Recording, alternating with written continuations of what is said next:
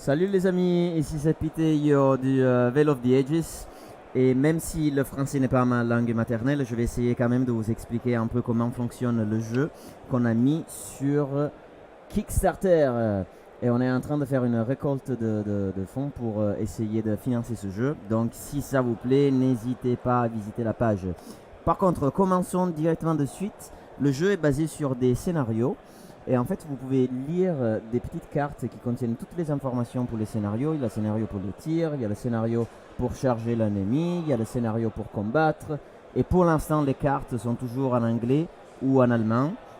Mais la traduction française va bientôt arriver. Donc on a deux personnages dans ce jeu. Le premier personnage, c'est Kamorko, c'est l'orc explorateur avec une passion pour l'archéologie. Il aime visiter des temples et découvrir. Il dit découvrir, moi je pense que c'est plutôt voler, mais bon, par contre, il découvre des objets et il les ramène à la maison. Et par contre, les elfes, quand il fait ça, ils aiment pas trop en fait, parce qu'ils considèrent que franchement, il est en train de voler des artefacts, quoi. Et donc ils essaient de le stopper. Et donc ici, on a Kamorko qui sort du temple. Et ici, il y a un elfe qui essaie de le bloquer. Et ici, il y a un autre elfe qui essaie de le bloquer. Et ici, il y en a un autre. Et il y en a un autre de l'autre côté que vous voyez pas encore, mais qui probablement pour le quatrième scénario, vous commencerez à rencontrer. Jouons donc le premier scénario. Le premier scénario, c'est le scénario où on apprend les règles pour le tir. Et pour les règles du tir, vous voyez qu'ici les personnages ont le numéro 1, ici, qui vous dit que ça c'est pour le scénario numéro 1. Et Kamorko peut essayer de tuer la garde elfe en tirant un tir. Donc il tire un dé. Et il doit d'abord toucher. Et après, si le tir il touche, il doit aussi blesser l'ennemi. Donc un tir, parce qu'il y a un shot. Et pour toucher, il faut qu'il fasse 4 ou plus. Donc 4, 5 ou 6. Et il fait un 4. Donc ça veut dire qu'il a touché. S'il a touché, il doit aussi blesser. Et pour blesser, il faut qu'il fasse un 3 plus. C'est relativement facile pour lui de blesser parce qu'il a une jolie arbalète qui fait plutôt mal. Surtout si l'adversaire c'est un elfe qui est assez frêle. Et donc avec un 3 plus, il va tuer l'elfe. Et bien évidemment, moi avec les dés, ils ne sont pas mes amis. Donc il n'a pas tué l'elfe. Ça veut dire que l'elfe il peut répondre. Il a 2 tirs et par contre il touche avec un 3 plus. Parce que il est assez doué pour en fait un elfe avec un arc, c'est son métier quoi. Par contre il va blesser avec 5 plus parce que l'orc il est relativement costaud. Donc c'est un peu moins facile de blesser et c'est plus facile de toucher. 2 tirs, 3 plus. Donc un 3 et un 4, ça veut dire que les deux ont touché. Avec 5 plus, je vais aussi blesser. Et je fais un 6 et un 4. Donc le 4 il blesse pas, mais le 6 si. Et donc ici Kamorko a une dernière possibilité avec son armure de parer ce coup. Il doit faire un 6, c'est pas facile. Et évidemment il fait un 4. Et donc Kamorko il est mort. Le premier scénario de cette démonstration, donc le début de toute la démonstration, ben évidemment notre héros il est déjà mort. Donc normalement dans un jeu, dans une partie normale, ça s'arrêterait ici. Mais comme on est là pour vous expliquer les règles, on va quand même continuer. On va imaginer que Kamorko avait tué l'elfe, on va le mettre ici. Et on va jouer le scénario numéro 2. Scénario numéro 2, c'est le scénario qui vous explique comment fonctionnent les règles pour charger l'ennemi. Pour charger l'ennemi, notre elfe, il tire 2 dés, il jette 2 dés.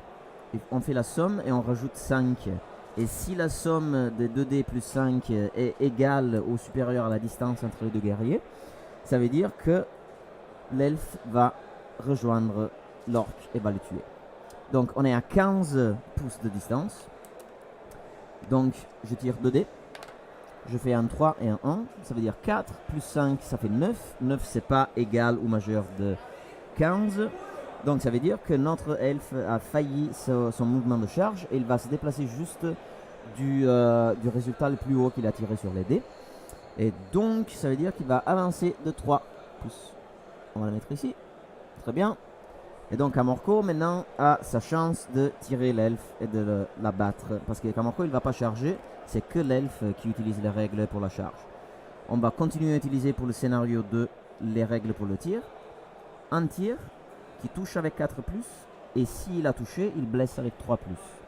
4 plus pour toucher, bien évidemment, je tire un 2, normalement. Et donc, ça veut dire que notre ami l'elfe a une nouvelle chance pour charger l'ennemi. Et donc maintenant, si d'abord on était à 15 de distance et qu'il avançait de 3, maintenant on est à 12 pouces de distance. Donc ça devient un peu plus facile pour l'elfe de tirer assez haut pour rejoindre l'orque dans le mouvement de charge. Je tire, je fais un 6 et un 2, ça fait 8 plus 5. C'est marqué ici.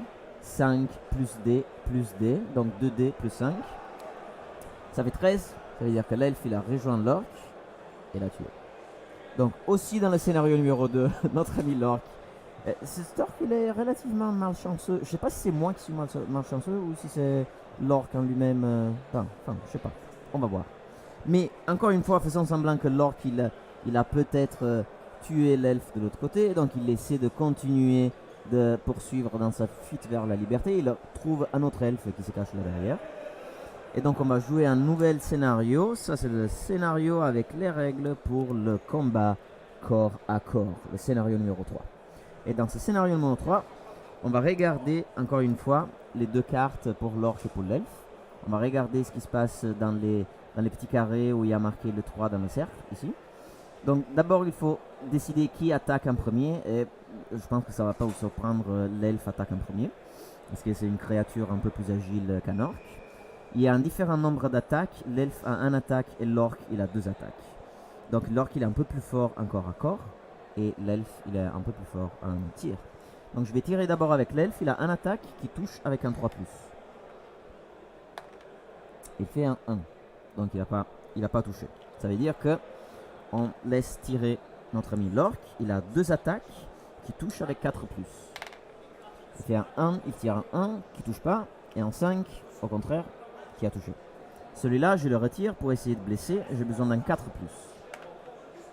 Et je tire un 4. Vous voyez le 4 ? Je triche pas là. Hein, c'est véritablement un 4. Ça signifie que l'elfe a une dernière possibilité de tirer un 6 et de stopper ce coup avec son armure. Allons voir ce qui se passe. Il fait un 3. Et finalement, notre Kamorko est arrivé à tuer un premier elfe. Tadam! Ça nous amène au dernier scénario où notre ami l'orque peut essayer de combattre avec le tout dernier elfe qui est à la fin de ce tableau de jeu. Je vais encadrer là maintenant. Avec poubelle dans l'arrière-écran, évidemment. Et voilà, je pense que là, les deux sont bien encadrés. Ok, parfait. Donc maintenant, les deux guerriers sont à 24 pouces de distance. Et là, on va utiliser pour la première fois les règles pour le mouvement. En fait, jusqu'à maintenant, on a juste tiré des dés. C'était juste pour voir si on touche, si on blesse, si on passe la sauvegarde d'armure, si on arrive à charger l'ennemi. Mais il n'y avait pas vraiment de décision. Et ça, c'est quelque chose qu'on a voulu pour ce jeu. Parce qu'au début, on ne doit pas être chargé avec des décisions tactiques. D'abord, on comprend comment fonctionnent les mécaniques. Et après, on commence à prendre des décisions. Les décisions qui sont possibles sont 3. Soit on reste là où on est et on tire. Soit on essaie de courir vers l'adversaire pour réduire la distance. Soit on charge, comme on l'a vu tout à l'heure.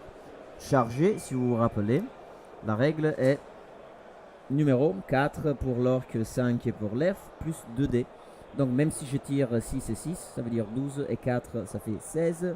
On a dit qu'on est à 24 de distance, donc ça n'a aucun sens de charger quand on est si loin que ça. Après, on a la possibilité soit d'avancer, soit de marcher. Si on marche, on peut avancer de maximum 8 pouces avec l'orque et de 4 avec et avec de 10 et de 10 avec l'elfe qui est une créature un peu plus agile et plus rapide. Mais ça veut dire qu'on ne peut pas tirer parce qu'on est trop occupé à marcher très vite.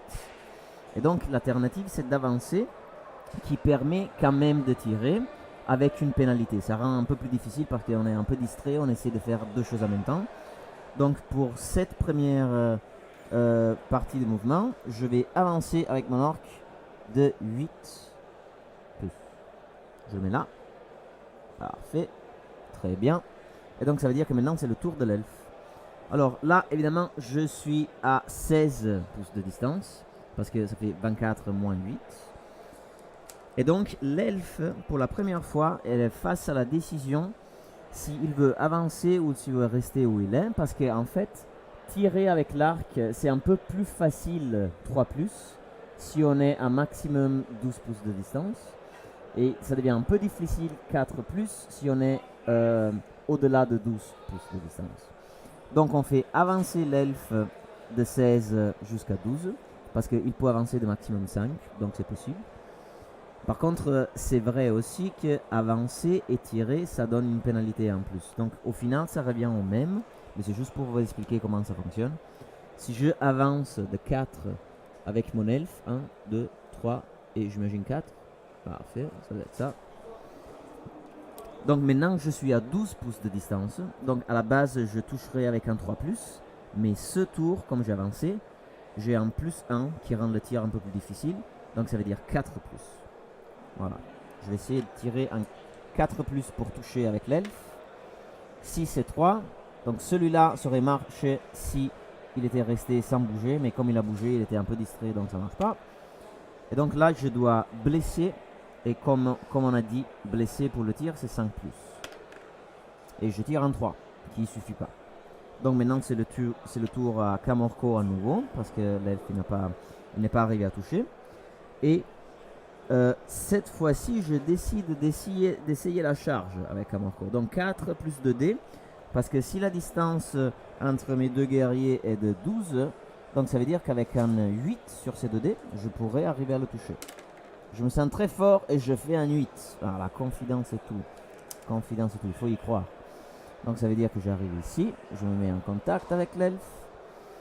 Et maintenant, le combat commence. Et pour le combat, comme tout à l'heure, on regarde ce qui est marqué sur la carte de scénario 3. On décide qui parmi les deux guerriers va combattre en premier, va attaquer en premier. Et bien évidemment, comme je vous le disais, c'est le cas de l'elfe. L'elfe a un attaque qui touche avec 3+. Il touche. Comme il a touché, je dois le retirer pour voir s'il a blessé. Et je fais un 3 qui ne blesse pas.